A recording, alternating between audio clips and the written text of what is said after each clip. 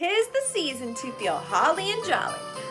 But did you know only 1 in 4 people feel merry and bright? If you're acclimated to mental health at all, you'll understand that those statistics of 1 in 4 are probably underreported. Nobody wants to admit to feeling the blues during the holiday season. It's such a happy time, and why in the world would we feel down? But I'm here to tell you that the holiday blues are a very real thing, and it's really not hard to understand why. This season is full of stressors.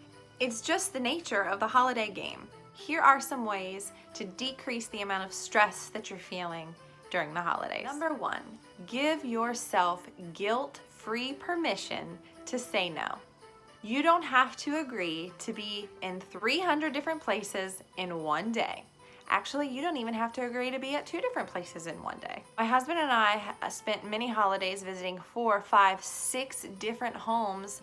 We just couldn't be all those places. We also wanted to enjoy the holiday, and we had to learn to say no and not feel guilty about it. Number 2, plan ahead.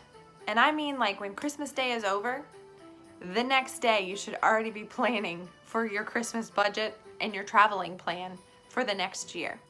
And as far as budget goes, even if you put $20 back each pay and you're paid bi-weekly, that's $520-ish in your bank account for next Christmas that you might not have had this Christmas saved up. Number 3, along the financial side of things, be okay with only buying your children Christmas gifts. One year, my husband and I had to not buy each other anything. We also told our parents, hey, you know what, this year we are really strapped and we did not prepare.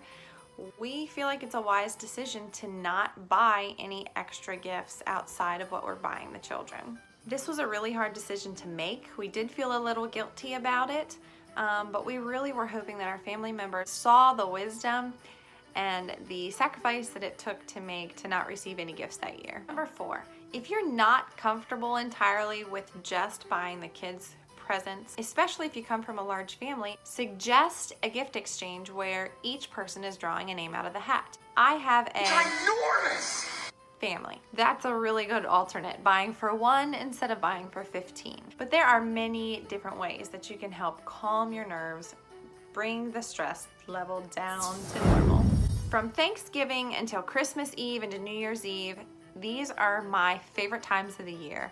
And although I did suffer from the holiday blues for a couple of years, I bounced out of it and I am totally ready this year.